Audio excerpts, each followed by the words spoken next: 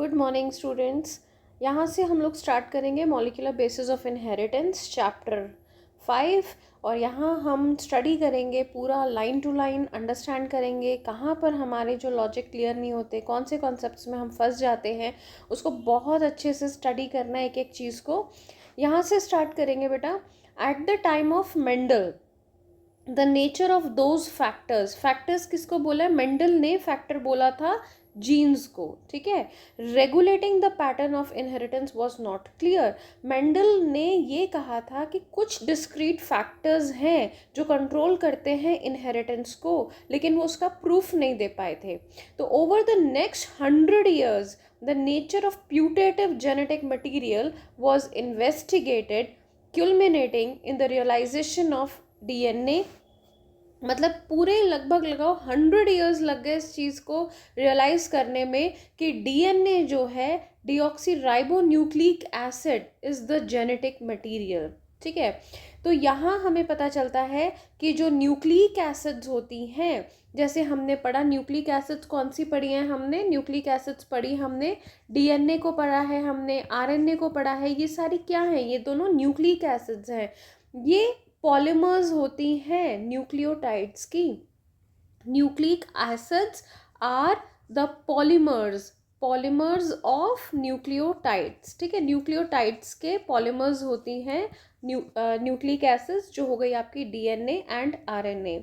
DNA की full form होती है deoxy ribo nucleic acid and RNA की फुल फॉर्म होती है राइबो न्यूक्लिक एसिड। ये दोनों तरीके की न्यूक्लिक एसिड्स हैं। They are found in the living system, ठीक है। They are found in the living system. इसके बाद DNA acts as the genetic material in most of the organisms.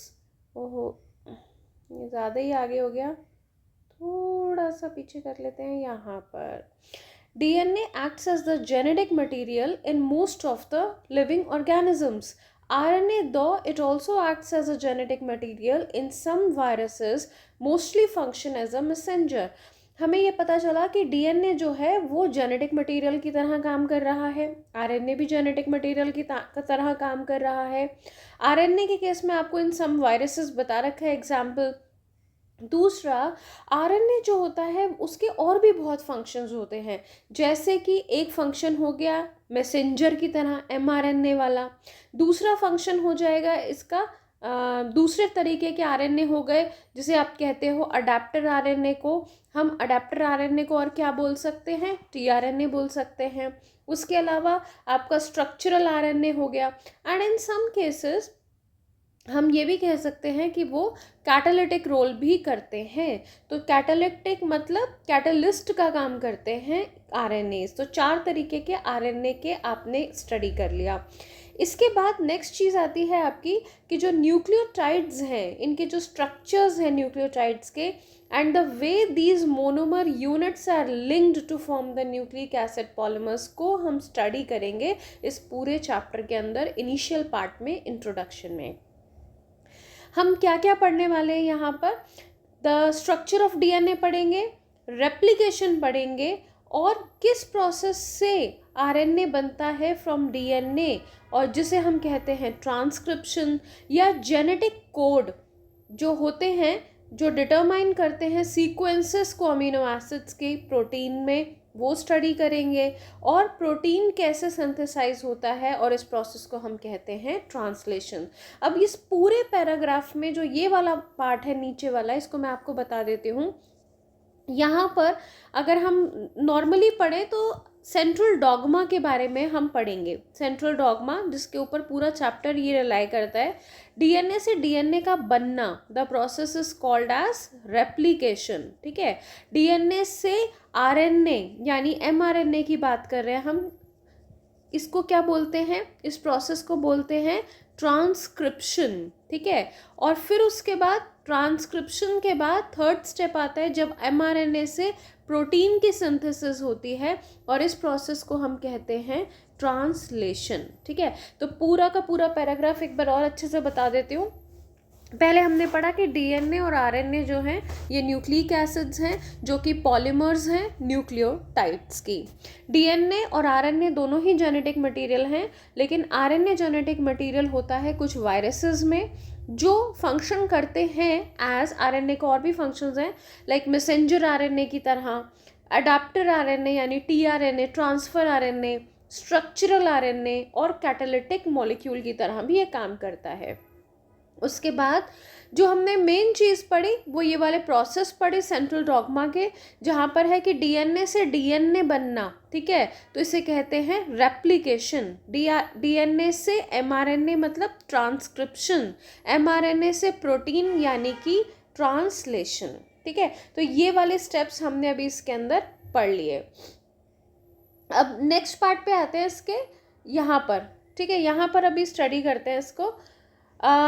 ये लिखा है in the last section the essential of human genome sequencing and consequences को भी हम डिस्कस करेंगे, यानी कि HGP ह्यूमन जेनोमिक प्रोजेक्ट के बारे में भी हम डिस्कस करेंगे, ठीक।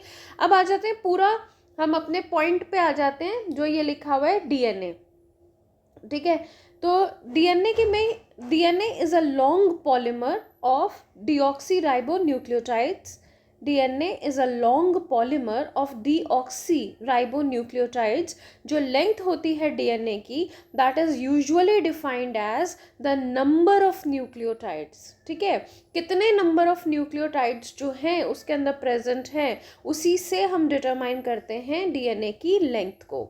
और a pair of nucleotide referred to as base pairs, या फिर इसका पेयर है न्यूक्लियोटाइड का, ठीक है, तो उसे हम कहते हैं base pair. This is also is the characteristic of an organism. अब बैक्टीरियोफेज के अंदर कितने न्यूक्लियोटाइड्स होते हैं ये आपको डेटा दिया हुआ है, इसको बोलेंगे 5 × 174, 5386 न्यूक्लियोटाइड्स प्रेजेंट होते हैं बैक्टीरियोफेज में। एक दूसरी स्पीशीज है बैक्टीरियोफेज की जिसे हम कहते हैं बैक्टीरियोफेज लेमडा, उसका बेस पेयर्स आपको बता रखे हैं 48,502 बेस पेयर्स हैं। इकोलाई है, उसके अंदर आपको कंटेंट बता रखा है 4.6 × 10⁻⁶ बेस पेयर्स का। और ह्यूमन डीएनए जिसका हैप्लॉइड कंटेंट आपको बता रखा है 3.3 × 10⁻⁹ बेस पेयर्स का। तो अल्टीमेटली हम ये बोल सकते हैं कि जो एक ये वाली स्पीशीज है बैक्टीरियोफेज 5 × 174, 5386 न्यूक्लियोटाइड्स। दूसरा है बैक्टीरियोफेज लेमडा जिसमें आपको बता रखा है 48,502। इकोलाई का बता रखा है 4.6 × 10⁻⁶ बेस पेयर्स। और ह्यूमन डीएनए का हैप्लॉइड कंटेंट यानी कि n बता रखा है 3.3 × 10⁻⁹ बेस पेयर्स। अगर इसको हम डिप्लॉइड कंटेंट बोलें अगर ह्यूमंस का, तो कितना हो जाएगा 6.6 × 10⁻⁹ बेस पेयर्स, ठीक है। तो ये आपको ध्यान रखना है कि कंटेंट में आपको बताया क्या गया है, हैप्लॉइड बताया गया है कि डिप्लॉइड बताया गया है। इसके बाद आते हैं स्ट्रक्चर ऑफ पॉलीन्यूक्लियोटाइड चेन, ठीक है। स्ट्रक्चर ऑफ पॉलीन्यूक्लियोटाइड चेन के अंदर यहाँ आपको पूरा स्ट्रक्चर स्टडी करना होगा। नीचे आपको दे रखा है फिगर में, अभी हम पढ़ेंगे उसको भी। पॉलीन्यूक्लियोटाइड चेन होती है डीएनए और आरएनए। न्यूक्लियोटाइड के अंदर हमारे 3 तरीके के कंपोनेंट्स होते हैं, ठीक है। Nucleotide has 3 components. पहला कौन सा होता है आपका नाइट्रोजनस बेस, ठीक। नाइट्रोजनस बेस क्या होता है वो भी हम डिटेल्स में स्टडी करेंगे। उसके बाद आता है सेकंड चीज़ आती है पेंटोज शुगर आती है इसके अंदर, ठीक है। और तीसरा आता है आपका यहाँ पर फॉस्फेट ग्रुप, ठीक है, फॉस्फेट ग्रुप। तो ये आपको बताया है न्यूक्लियोटाइड के 3 कंपोनेंट्स। पहला क्या था नाइट्रोजनस बेस, दूसरा क्या है पेंटोज शुगर, तीसरा क्या है फॉस्फेट ग्रुप। अब पेंटोज शुगर में भी आपको ये देखना होता है कि आरएनए का केस है तो उसके अंदर राइबोज शुगर होगी, है तो ये भी पेंटोज ही है पर ये टाइप है। उसके बाद अगर डीएनए का केस है तो इसके अंदर कौन सी शुगर होगी आपकी डीऑक्सीराइबोज शुगर होगी, ठीक है। नाइट्रोजनस बेसिस कौन कौन से होते हैं, नाइट्रोजनस बेसिस को आप 2 कैटेगरीज में डिवाइड कर सकते हो। एक होता है आपका प्यूरिन्स और दूसरा होता है आपका पायरिमिडीन्स, ठीक है, प्यूरिन्स एंड दूसरा क्या होता है, पायरीमिडीन्स। अब हमें ये भी पता होना चाहिए कि प्यूरीन्स में किस तरीके से होता है। मैंने हमेशा बच्चों को ऐसा याद कराया है, AG, ठीक है। AG वाला केस कौन सा हो जाएगा, प्यूरीन्स का, यानी एडेनिन एंड ग्वानिन। और पायरीमिडीन्स के अंदर कौन से आ जाएंगे, आपके बचे हुए सारे बाकी के, लाइक साइटोसिन है, यूरासिल है, थाइमीन है, ये सारी कैटेगरीज आ जाएंगी आपकी पायरीमिडीन्स में। साइटोसिन जो है वो कॉमन है, आप देखोगे cytosine is common for both the DNA and RNA, लेकिन थाइमीन जो होता है वो केवल और केवल आपका किस में प्रेजेंट होता है, DNA में। यूरासिल जो होता है वो प्रेजेंट होता है RNA के अंदर इन प्लेस ऑफ थाइमीन। तो थाइमीन की जगह पर RNA के अंदर प्रेजेंट होता है यूरासिल। अ नाइट्रोजनस बेस, देखो यहाँ से हम क्या पढ़ने वाले हैं, हम यहाँ से पढ़ेंगे पूरे के पूरे बॉन्ड्स के बारे में, ठीक है। कौन कौन सी वैरायटी ऑफ बॉन्ड्स प्रेजेंट होते हैं वो स्टडी करेंगे। और उन सब को स्टडी करने से पहले मैं आपको एक चीज़ बता दूं कि आपको थोड़ी चीज़ों को हम स्टेप वाइज पढ़ेंगे ताकि आपको याद हो जाए, और कुछ चीज़ों को हम फर्स्ट स्टेप में इग्नोर करके सेकेंड स्टेप में लर्न करने की कोशिश करेंगे, राइट। अब जैसे यहाँ पर दिया हुआ है, uh nitrogenous base is linked to the OH of 1- carbon pentose sugar through N-glycosidic linkage to form the nucleoside. तो पहले तो आपने न्यूक्लियोटाइड पढ़ा था, अब आप पढ़ रहे हो न्यूक्लियोसाइड, ठीक है। न्यूक्लियोटाइड में आपने क्या चीज़ें 3 पढ़ी थी, यहाँ पढ़ा था ना हमने कि नाइट्रोजनस बेस है, पेंटोज शुगर है, और आपकी तीसरी चीज़ पढ़ी थी हमने फॉस्फेट ग्रुप पढ़ा था 3 कंपोनेंट्स के अंदर। यहाँ जो न्यूक्लियोसाइड पढ़ रहे हो वहाँ पर आपका फॉस्फेट ग्रुप प्रेजेंट नहीं है। तो क्या चीज़ें प्रेजेंट हैं, नाइट्रोजनस बेस प्रेजेंट है, वही वाला जो हमने पढ़ा एडेनिन, थाइमीन, ग्वानिन, साइटोसिन, है ना। और नाइट्रोजनस बेस के साथ क्या प्रेजेंट है, पेंटोज शुगर प्रेजेंट है। तो इन दोनों के बीच का जो बॉन्ड होता है, न्यूक्लियोसाइड के अंदर वाला जो बॉन्ड है, इसे हम कहते हैं एन ग्लाइकोसिडिक बॉन्ड, ठीक है। इसको हम कहते हैं एन ग्लाइकोसिडिक बॉन्ड जो न्यूक्लियोसाइड के अंदर प्रेजेंट है। अच्छा, अब दूसरा स्टेप जो मैं आपको कह रही थी वो ये कि नाइट्रोजनस बेस जो है वो लिंक होता है पेंटोज शुगर पे। अगर पूछा जाए कि कौन सी पोजीशन पे लिंक्ड होता है, तो वो टू द OH यानी alcoholic group of 1- carbon of pentose sugar के साथ अटैच्ड है। तो यहाँ आपको पता चलती है उसकी लोकेशन, ठीक है। इसके बाद सेकेंड स्टेप आता है कि न्यूक्लियोसाइड के अंदर एग्जाम्पल्स क्या दिए हैं। यहाँ पर आप देखोगे, अगर RNA है तो एडिनोसाइन, DNA है deoxy adenosine, guanosine deoxy guanosine, cytidine deoxy cytidine, uridine और डीऑक्सीथाइमिडीन। अब यहाँ पर आपने नोट किया होगा, हमने पहले पढ़ा था ना कि यूरासिल प्रेजेंट होता है RNA के अंदर। तो अगर RNA की न्यूक्लियोसाइड है तो उसमें क्या प्रेजेंट होगा, यूरिडीन, ठीक है। और DNA की है तो क्या होगा, डीऑक्सीथाइमिडीन। कई बार क्वेश्चन में इस तरीके के क्वेश्चंस भी आ जाते हैं पेपर के अंदर कि आपसे पूछते हैं कि MCQs में कि बताओ इसमें से कौन सी वाली न्यूक्लियोसाइड है। तो कौन सी वाली न्यूक्लियोसाइड में आपकी RNA वाली हो गई एडिनोसाइन, DNA वाली हो गई deoxy adenosine, guanosine deoxy guanosine, cytidine deoxycytidine, uridine और डीऑक्सीथाइमिडीन, ये सारे के सारे आपके न्यूक्लियोसाइड्स हैं। जब इस न्यूक्लियोसाइड में फॉस्फेट ग्रुप लिंक हो जाता है तो ये बन जाती है न्यूक्लियोटाइड, ठीक है। इसको भी मैं आपको लिख करके बता देती हूँ ताकि आपको याद हो जाए साथ के साथ, ठीक है।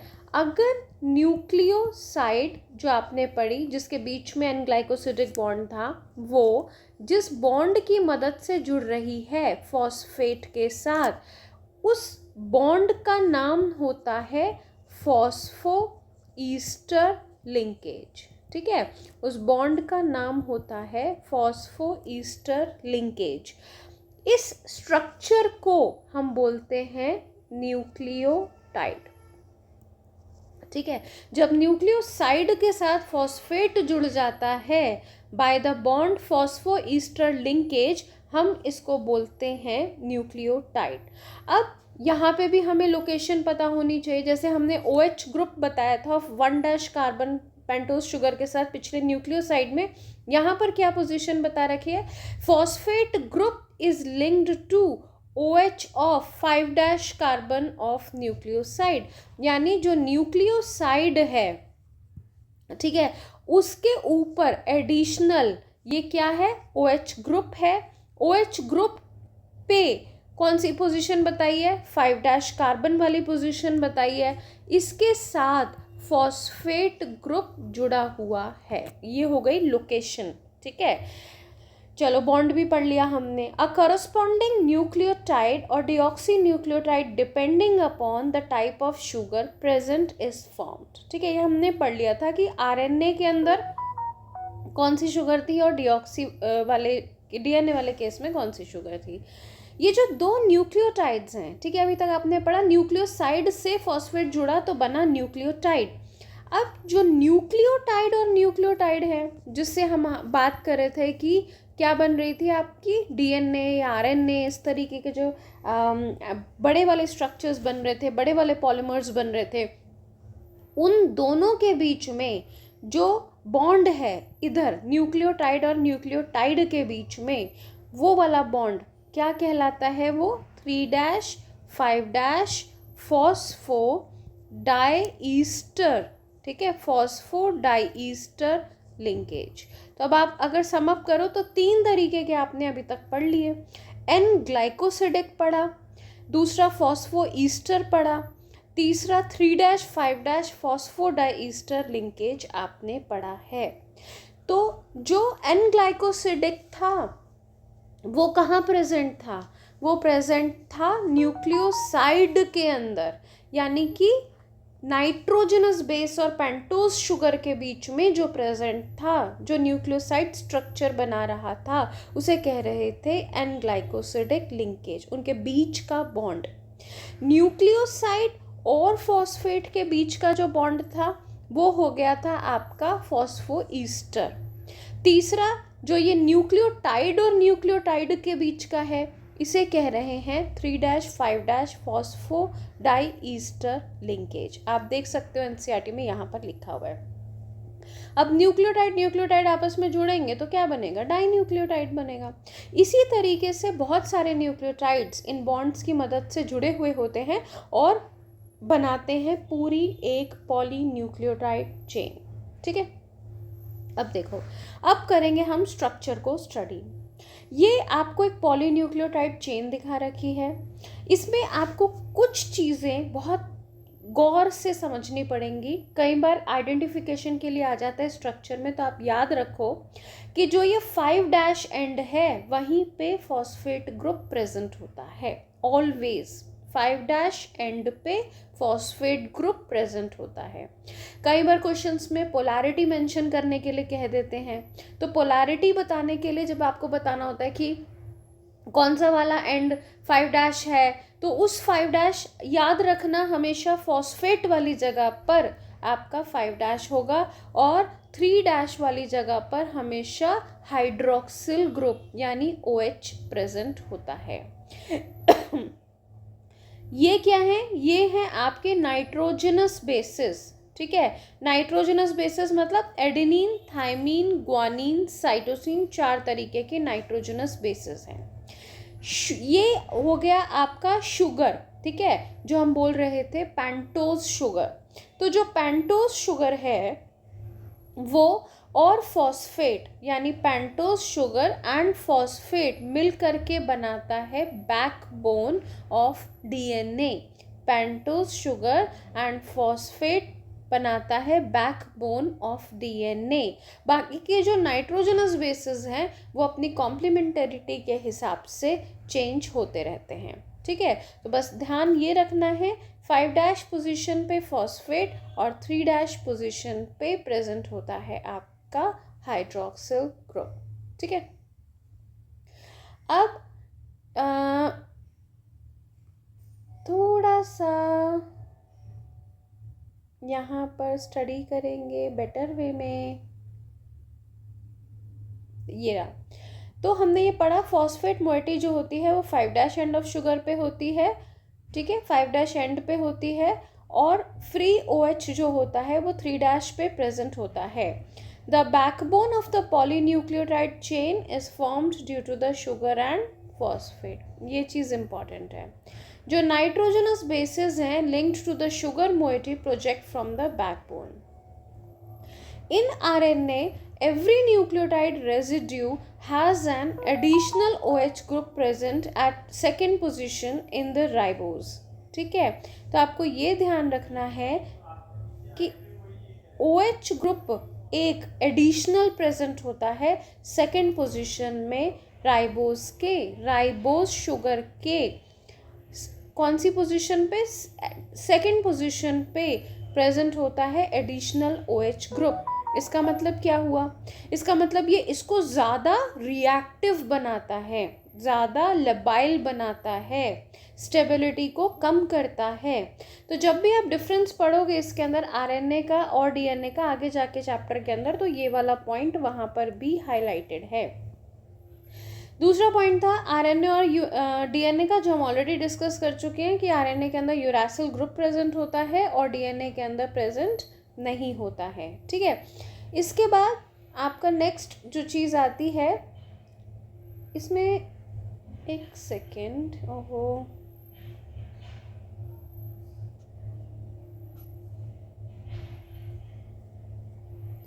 ये ज़्यादा मूव कर जाता है कई बार ना, मेरे से हो नहीं पाता ये इसका मूवमेंट ठीक से। ये देखो, अब आता है आपका DNA as an acidic substance present in the nucleus was first identified by DNA acidic substance है, न्यूक्लियस के अंदर प्रेजेंट है। सबसे पहले इसको आइडेंटिफाई किया था फ्राइडरिच मीशर इन 1869 और उन्होंने इसका नाम दिया था nuclein. However due to the technical limitations, उस टाइम पर इतनी ज़्यादा हमारे पास एडवांसमेंट भी नहीं थी, जिस वजह से हम प्रॉपर तरीके से, हमारे पास ज़्यादा मशीनरी और सारी चीज़ें डिवाइसेस ना अवेलेबल होने की वजह से हम DNA के स्ट्रक्चर को बहुत लंबे टाइम तक पूरी तरीके से स्टडी नहीं कर पाए थे, क्योंकि एक बहुत लंबा पॉलीमर होता है। तो it was only 1953 that James Watson and Francis Crick, based on X-ray diffraction data produced by Morris Wilkins Rosalind Franklin, proposed a very simple but famous double helix model for the structure of DNA। देखो यहाँ पर आपको 3 scientist के नाम पता चले। पहला scientist का नाम हो गया DNA, एक एसिडिक सब्सटेंस है, न्यूक्लियस के अंदर प्रेजेंट है, सबसे पहले आइडेंटिफाई किया फ्राइडरिच मीशर इन 1869 में, और इसका नाम दिया था न्यूक्लीन। एक दूसरा, वॉटसन एंड क्रिक ने, जो दूसरे साइंटिस्ट आपको बता रखा है, ईयर भी इसमें आपको मेंशन किया है 1953 में, वॉटसन एंड क्रिक साइंटिस्ट जो थे उन्होंने दिया था double helix model for the structure of DNA का। ठीक है, अब ये डेटा इन्होंने प्रोड्यूस कहाँ से किया था, ये डेटा प्रोड्यूस किया गया था, जो इनके डेटा पे आधारित था विल्किंस और फ्रैंकलिन के। ठीक है, विल्किंस और फ्रैंकलिन के डेटा पे ये वाला इन्होंने बताया था, पूरी डिटेल्स उसके ऊपर स्टडी करके तभी यहाँ पर बताया है। Watson and Crick based on X-ray diffraction data produce किसने किया, विल्किंस एंड फ्रैंकलिन ने। वॉटसन एंड क्रिक ने डबल हेलिक्स मॉडल दिया था स्ट्रक्चर का DNA का। One of the hallmarks of their proposition was base pairing between the two strands of polynucleotide chains. However, this proposition was also based on the observation of Erwin Chargaff। तो Chargaff rule के नाम से हम ये वाला पढ़ते हैं। Characteristic चीज़ ये है कि ये रूल अप्लाई होता है on double stranded DNA. Double stranded DNA पर शार्गफ रूल अप्लाई होता है। ये कहता है the ratios between adenine and thymine, guanine and cytosine are constant और इज इक्वल टू 1। इसके ऊपर न्यूमेरिकल भी हैं काफ़ी सारे, ठीक है। शार्गफ रूल ये वाला ये कहता है कि डबल स्ट्रैंडेड डीएनए में जो रेशियो होती है between adenine and thymine and guanine and cytosine are constant and equal to 1, ठीक। इसके ऊपर न्यूमेरिकल कैसे आता है, आपको एक जैसे एडेनिन की वैल्यू बता दी, ठीक है, एडेनिन आपको बता दिया कि ये 20 है, ठीक है। तो आपको इतना पता होना चाहिए कि एडेनिन की जो क्वांटिटी होती है या जो भी उसकी मैग्नीट्यूड है या नंबर है, एडेनिन की थाइमीन के बराबर होती है और ग्वानिन की होती है बराबर साइटोसिन की।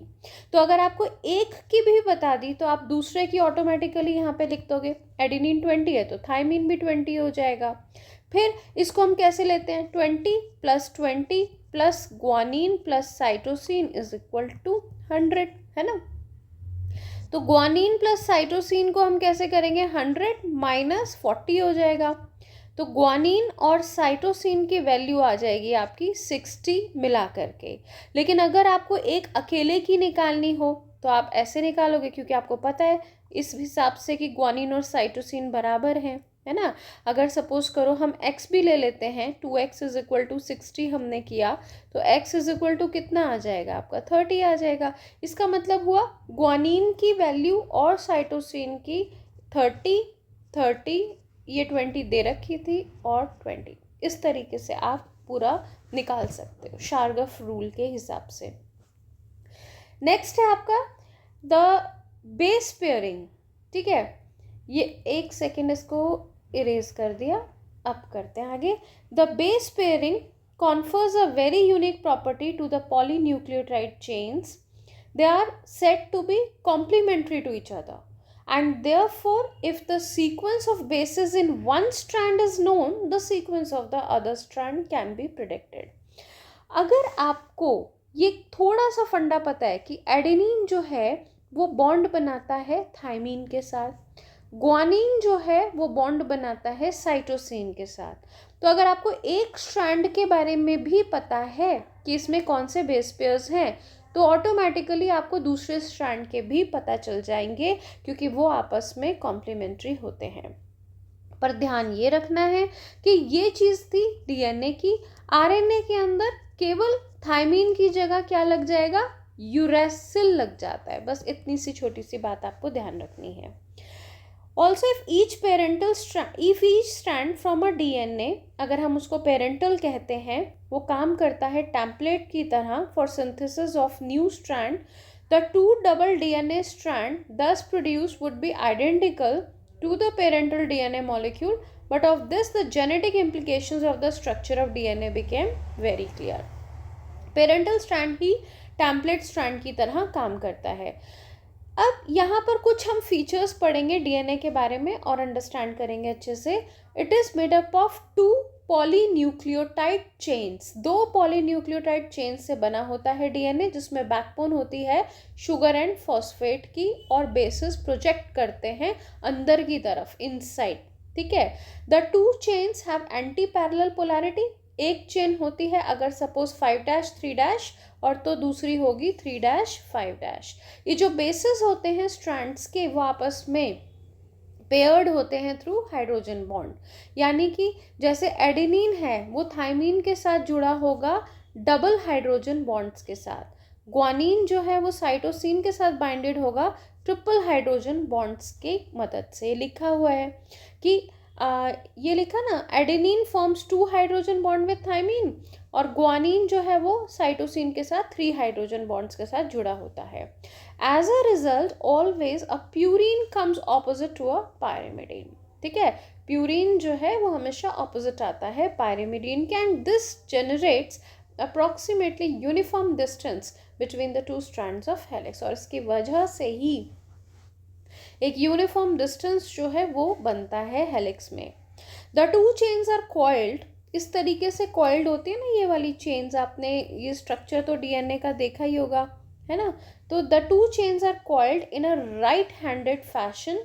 जो पिच होती है हेलिक्स की वो होती है 3.4 नैनोमीटर्स।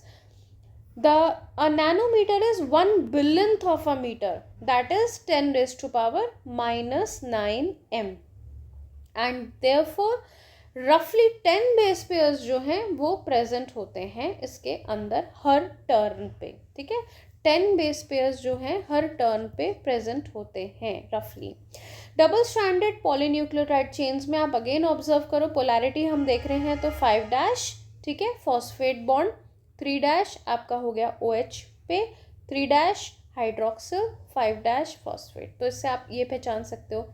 बीच के आपको हाइड्रोजन बॉन्ड्स बता रखे हैं, ठीक है।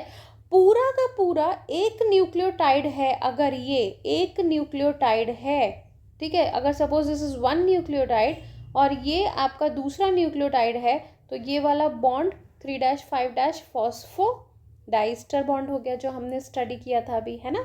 और उसके अलावा ये वाले आपके हाइड्रोजन बॉन्ड्स हो गए। एडिनिन और थाइमिन में आप दे सकते हो डबल हाइड्रोजन बॉन्ड है। ग्वानिन और साइटोसिन में आपके ट्रिपल हाइड्रोजन बॉन्ड्स हैं, ठीक है। एन ग्लाइकोसिडिक बॉन्ड हमने पढ़ा था न्यूक्लियोसाइड के बीच वाला, है ना। तो वो कहाँ पे था आपका, नाइट्रोजनस बेस और राइबोज शुगर वाला, है ना। तो ये हो जाएगा आपका एन ग्लाइकोसिडिक बॉन्ड। फिर उसके बाद जो फॉस्फेट के साथ जुड़वा रहा है यहाँ पर, वो क्या हो जाएगा आपका फॉस्फो ईस्टर बॉन्ड, है ना। तो इस तरीके से आप सारे बॉन्ड्स को स्टडी कर सकते हो।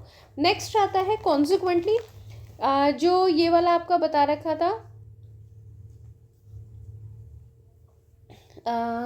Consequently the distance between a base pair in a helix, जो बेस पेयर्स हैं, जैसे ये आपको दिखा रखा है बेस पेयर्स दिखा रखे हैं, इनके बीच का जो डिस्टेंस है वो होगा आपका 0.34 nanometres. The plane of one base pair stacks over the other in double helix, this in addition to hydrogen bond confers the stability of helical structure. यानी कि हेलिकल स्ट्रक्चर को और ज़्यादा स्टेबिलिटी देने का काम करते हैं ये वाले हाइड्रोजन बॉन्ड्स। नेक्स्ट आपका आ जाता है जो हमने सेंट्रल डॉग्मा इनिशियल पार्ट में स्टडी किया था, वही वाली चीज़ यहाँ पे बता रखी है। एक बार और देख लेते हैं अच्छे से कि Francis Crick proposed the central dogma. अभी आपको 2-3 पेज में आपने देख लिया होगा कितने सारे आपके प्रेजेंट हैं साइंटिस्ट के नाम, उन सबको अच्छे से याद करना है, नीट और बोर्ड्स दोनों के लिए ज़रूरी है। फ्रांसिस क्रिक थे जिन्होंने सेंट्रल डॉग्मा को बताया था मॉलिक्यूलर बायोलॉजी में, और उन्होंने स्टेट किया था जो जेनेटिक इन्फॉर्मेशन होती है वो फ्लो करती है फ्रॉम डीएनए टू, पहले डीएनए यानी इसे हम बोलते हैं रेप्लिकेशन, डीएनए से एमआरएनए यानी कि ट्रांसक्रिप्शन, और एमआरएनए से जाती है प्रोटीन में जिसे हम कहते हैं ट्रांसलेशन, ठीक है। तो in some viruses the flow of information जो होता है वो रिवर्स डायरेक्शन में भी होता है, यानी फ्रॉम आरएनए टू डीएनए, और इसका एग्जाम्पल है आपका रेट्रो वायरस, ठीक है। तो यहाँ पर ये वाला पार्ट आपका कंप्लीट होता है, जहाँ पर बॉन्ड्स वाली दिक्कतें थी हमने डिस्कस कर ली हैं। अगर अभी आपको नेक्स्ट पार्ट पढ़ना हो न्यूक्लियोसोम्स का तो मुझे बताना, मैं उसकी भी वीडियो बना दूँगी। ओके।